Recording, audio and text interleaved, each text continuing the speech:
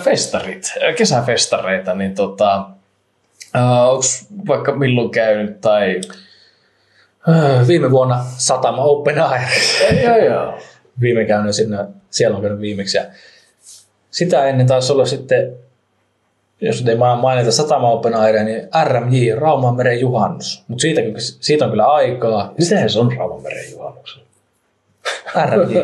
En mä ole kertaakaan. Mulla on siis oikeasti, tämä on vähän sama, hyvä ottaa tämmöisiä aiheita, mistä mulla oikeastaan juuri mitään. Että kyllä mäkin nyt festarilla on käynyt, mutta en mä juurikaan nyt silleen... Ja muualla Suomessa kuin täällä.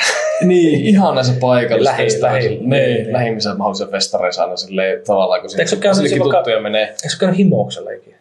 En ole käynyt. Siellä on Himousjuhannus ja siellä on jysäärit. Ja...